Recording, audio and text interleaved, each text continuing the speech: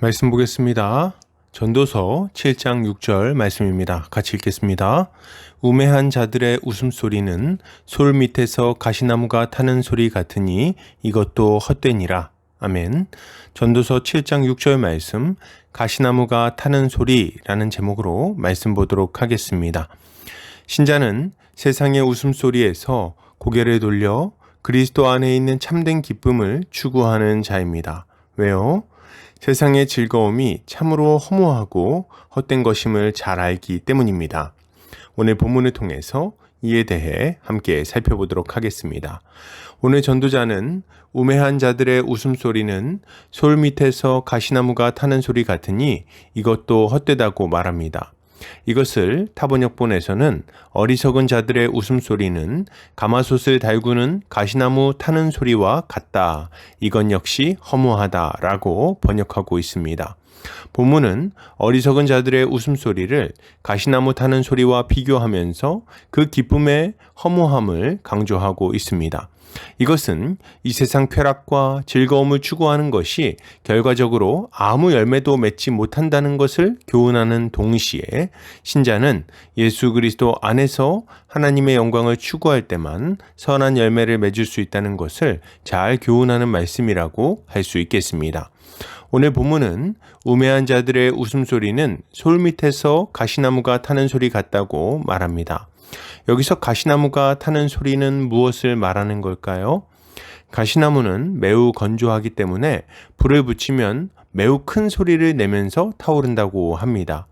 그런데 재밌는 점은 가시나무가 이렇게 큰 소리를 내면서 불타오르기는 하지만 오래 타지는 못한다는 점입니다.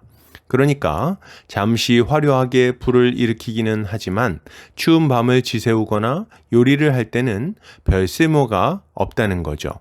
그런데 오늘 전도자는 이러한 가시나무가 손 밑에서 타고 있다고 말합니다. 이것은 무엇을 보여줍니까? 가시나무가 손 밑에서 요란한 소리를 내면서 타오르기는 하지만 솥 안에 있는 물을 끓이거나 음식을 완성시키지는 못하는 상황을 설명하는 것입니다. 가시나무는 열매가 없는 나무입니다. 좋은 나무라면 풍성한 과실을 맺고 그것으로 사람들에게 기쁨을 주어야 하는데 이 가시나무는 어떠한 열매도 맺지 못할 뿐 아니라 도리어 날카로운 가시로 가까이 오는 이들에게 상처만 줍니다. 이 나무는 베어서 땔감으로나 쓰게 되는데 그마저도 소리만 요란했지 요리하기에는 충분하지 못한 것입니다. 그런 의미에서 가시나무는 참으로 열매 없이 허무한 존재라고 할 수 있는 거죠. 본문은 이 가시나무가 불에 타는 소리를 우매한 자들의 웃음소리에 비교하고 있습니다. 참으로 적절한 비유입니다.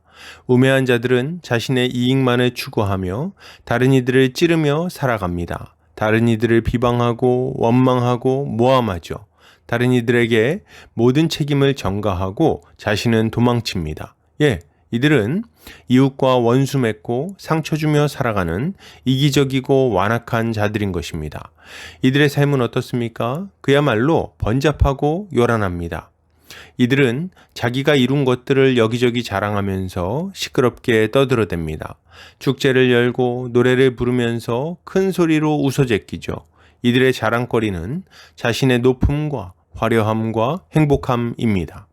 이들은 자신이 먹고 있는 음식은 얼마짜리고 자신이 살고 있는 집과 타는 차는 얼마짜리인지 그리고 자신이 만나는 사람들은 얼마나 대단한 사람들인지를 자랑합니다. 그래서 자신이 행복하다고 주장하는 거죠. 자신이 아주 신나고 역동적이고 즐거운 삶을 살고 있다고 말하는 것입니다. 그러나 여러분 정말 그렇습니까?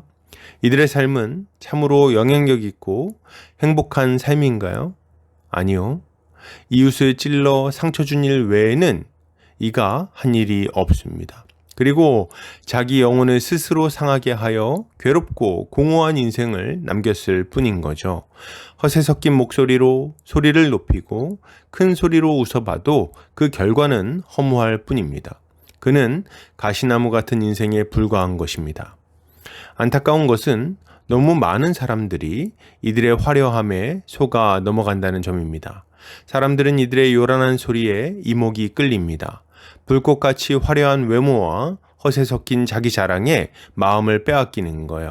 그래서 이들을 동경하며 이들의 말에 귀를 기울이는 것입니다. 이들의 교훈이란 게 뭡니까?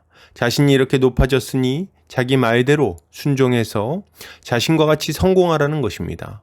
그러나 이들의 시끄러운 웃음소리를 따라간 곳에는 열매가 없습니다. 어떠한 만족과 안정감도 얻을 수가 없습니다. 그곳에는 평안이 없습니다. 그저 또 다른 근심과 걱정과 염려만이 자리할 뿐인 거죠. 그러면 어떻게 합니까? 우리는 어떻게 해야 이런 거짓 웃음에 속지 않고 참된 기쁨과 만족을 얻을 수 있는 겁니까? 그 방법은 하나입니다. 자비로우신 하나님께서 우리를 구원하여 참된 복과 기쁨을 주시려고 예비하신 하나님의 아들을 믿는 것입니다. 예수 그리스도는 자신이 참 포도나무라고 말씀하십니다. 그리고 누구든지 자신 안에 거하면 열매를 많이 맺을 것이라고 약속하십니다. 재밌는 것은 주님은 이 땅에서 큰 소리로 웃으시거나 자기를 자랑하며 허세를 부린 일이 없으시다는 것입니다. 도리어 주님은 그 얼굴이 타인보다 상하셨고 멸시를 받으셨으며 강고를 많이 겪으셨습니다. 성경에는 그가 웃었다는 이야기보다 울었다는 이야기가 나옵니다. 그는 왜 이렇게 하셨습니까? 우리가 받아야 할 멸시와 천대를 대신 받으시고 우리가 받아야 할 저주를 대신 받으심으로 우리에게 참된 회복과 기쁨, 생명과 웃음을 주시고자 하신 것입니다. 그러므로 여러분, 이것을 생각할 때 신자가 가져야 될 마땅한 모습은 무엇일까요? 가장 먼저 우리는 참 포도나무 되신 예수 그리스도를 믿어야 되겠습니다. 그를 믿을 때 우리는 그의 생명에 접붙임 바 될 것입니다. 우리는 그리스도 안에서 공급되는 생명수로 참된 만족과 기쁨을 누리게 될 것이고 복된 빛의 열매를 맺게 될 거예요. 우리는 영원한 생명을 이 땅에서부터 맛보며 참으로 기쁘게 웃을 수 있게 되는 것입니다. 또한 이미 예수를 믿었다면 그러면 어떻게 해야 될까요? 우리는 세상의 화려한 웃음소리에 미혹될 것이 아니라 그리스도 안에 있는 참된 안식을 추구해야 되겠습니다. 사도 요한은 말합니다. 이 세상이나 세상에 있는 것들을 사랑하지 말라. 누구든지 세상을 사랑하면 아버지의 사랑이 그 안에 있지 아니하니 이는 세상에 있는 모든 것이 육신의 정욕과 안목의 정욕과 이생의 자랑이니 다 아버지께로부터 온 것이 아니요 세상으로부터 온 것이라. 아멘. 우리는 육신의 정욕과 안목의 정욕과 이생의 자랑을 추구하며 살아가던 지난날의 삶을 회개하고 하나님의 영광을 추구하는 삶으로 나아가야 합니다. 그리스도가 주시는 새로운 생명으로 참으로 좋은 열매 맺는 삶을 살아야 하는 거죠. 또한 우리는 그리스도 안에서 형제자매들과 누리는 기쁨과 만족을 세상에 전해야 하겠습니다. 참된 기쁨이 무엇인지, 어떻게 주어지는지를 알려주어야 합니다. 우리는 하나님이 이 땅에 보내신 복된 소식을 힘있게 선포해야 하는 거죠.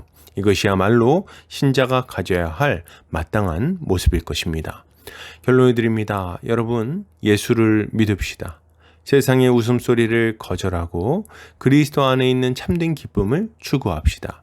이것이 이 땅에서 복된 삶을 살아가는 비결일 것입니다. 오늘도 주님의 지혜로 승리하는 성도님들 되시기를 주의 이름으로 축복합니다.